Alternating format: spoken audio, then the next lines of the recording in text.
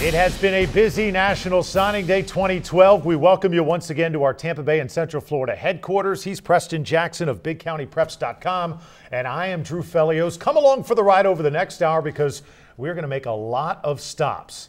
Our Central Florida crew is also here in studio. Tiffany Green, Bill Buckhalter, and Pat O'Hara. They are all here. Mr. O'Hara, very happy, a USC Trojan. You can imagine why.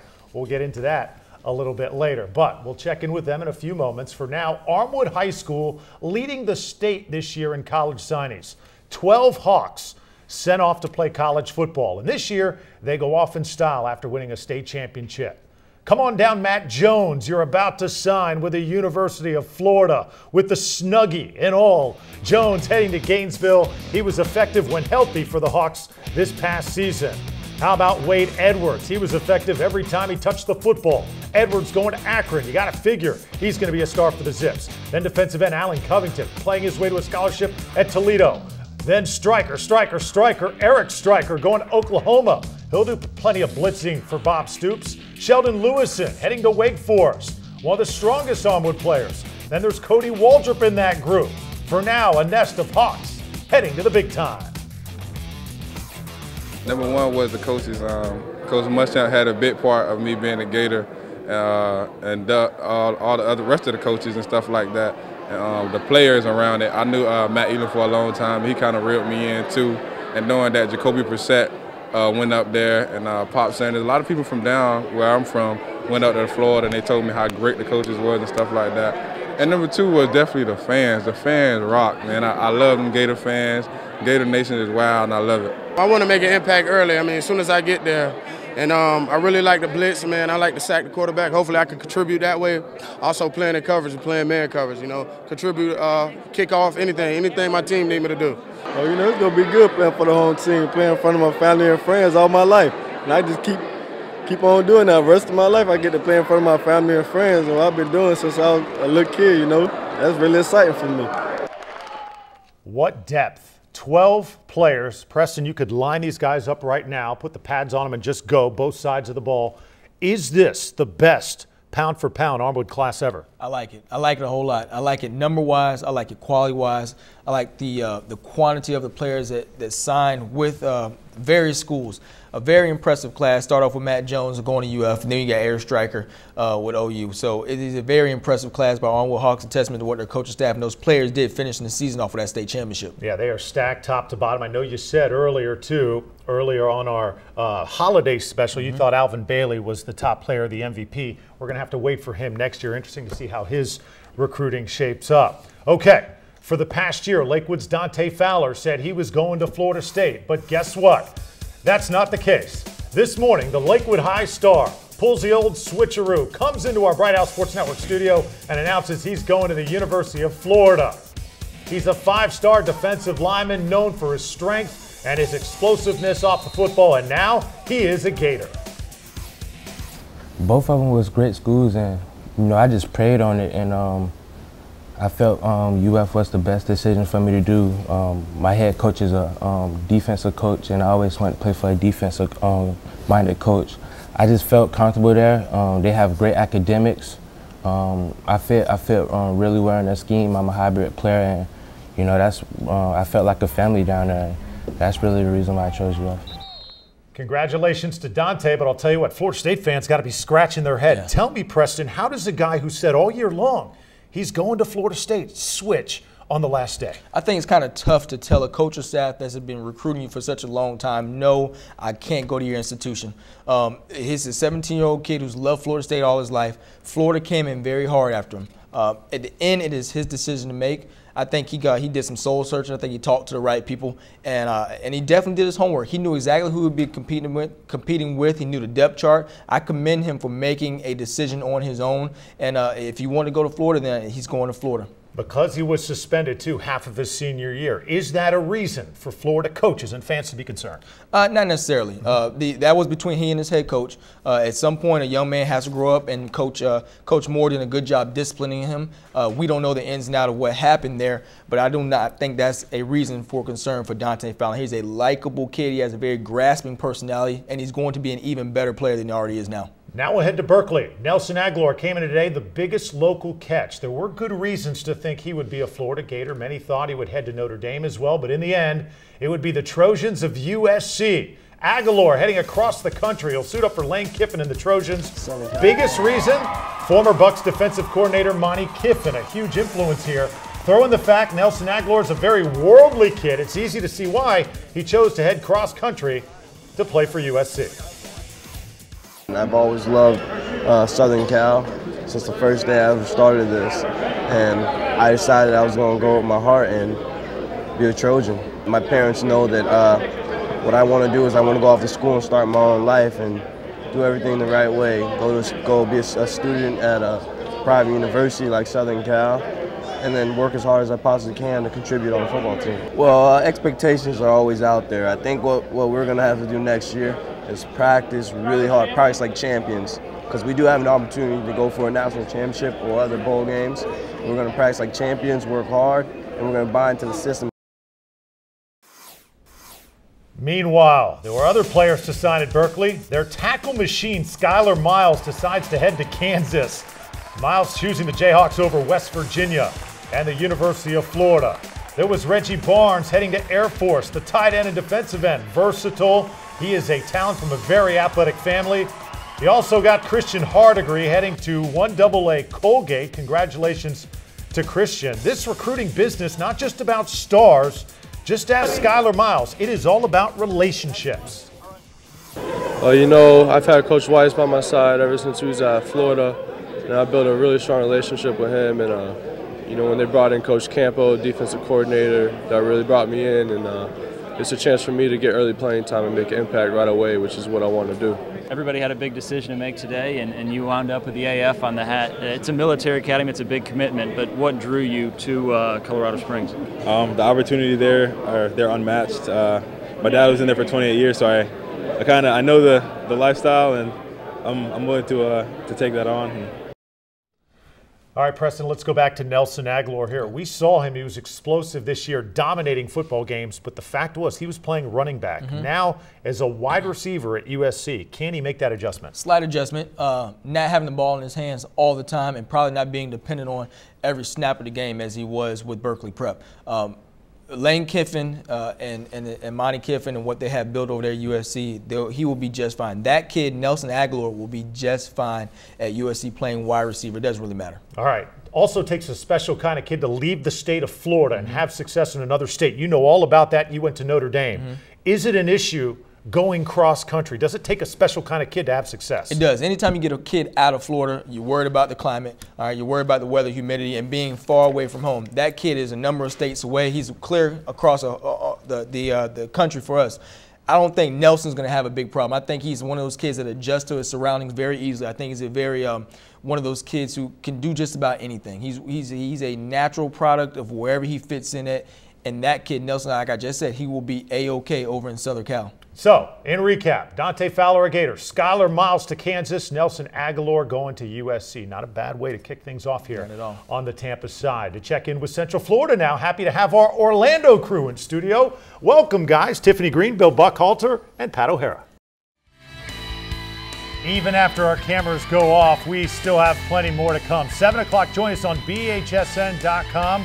for a special live chat, a complete list of signings. If we were at your school, you're looking for a player or want more information on National Sign Day, that's the place to be, BHSN.com, beginning at 7 o'clock. All right, let's head to Jefferson High School. Remember last year, the tears of joy from Quentin Williams. It was also an emotional day today. There's Tyreek McCord leading it off, one of several local stars going to the U. Juwan Coffey and Lamar Woods, both heading to Becker College in Massachusetts. Best of luck to them. How about Adrian Jenkins, the playmaker at wide receiver, saying yes to FIU. Will Watson, outstanding as an athlete. He's headed to Bowling Green. And David White going to FAMU. So even though the Dragons don't have the greatest success on the field, still a nice class heading to play college football. And we are thrilled to have with us right now Mr. Tyreek McCord, headed to the University of Miami. Yes, sir. First question for you. Had a lot of choices. South Carolina, Florida. Why Miami? Just being able to play under Coach Golden. He's a very, very, very outgoing man as a person. as a coach too, as well. He's putting Miami, you know, in the right direction right now. You know, everybody thinks, you know, just because of the probation or whatever the case may be, that we're going to be, you know, not playing bowl games or whatnot. That's not the case. It's all about the family down there, and that's the main reason why I committed. Seems like it right now because Miami hit the Tampa Bay area hard. I mean, you got Antonio Crawford from Plant, Anthony Chickalo's down there right now. You got Greg Crow, you got Rayshon Jenkins from Admiral Farragut.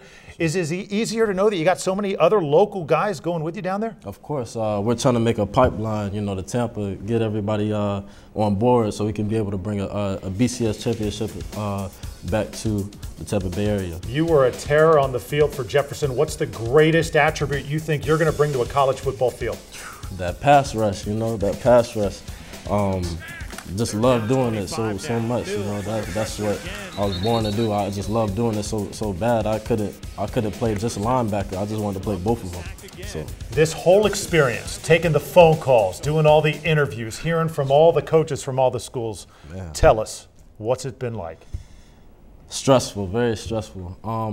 But it's a blessing. Not too many kids can say that, you know, I've got offered by this school talked to me and whatnot. You know, not too many kids can say that. Not too many kids can say that they've been to an All-American game, you know, just this past week. This past month I went to Texas. So it's a very stressful blessing to have. I'm glad it's over with. I'm glad I picked the school that's right for me, you know, on and off the field, sir.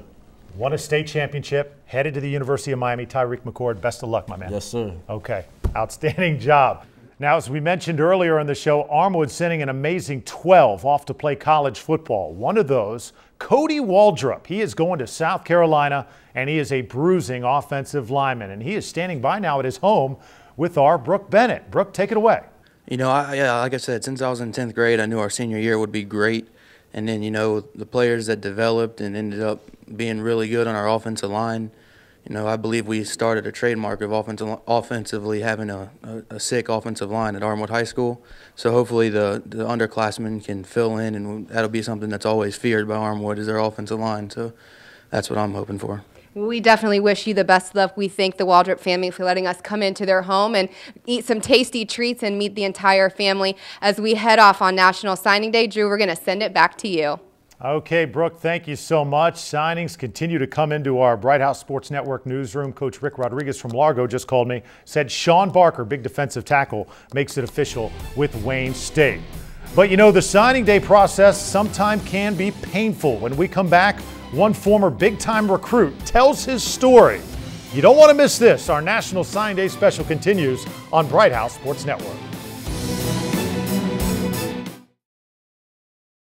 Oh, great scene there. You know, going through this whole signing day process seems like a dream come true. But if you ask Plant star lineman from last year, Tony Posada, that was not the case. Posada sat down with me in an exclusive interview recently after he walked away from his scholarship at the University of Michigan last fall, and he said his experience was much different. I probably would have just stayed to high school football. The recruiting process is very hectic.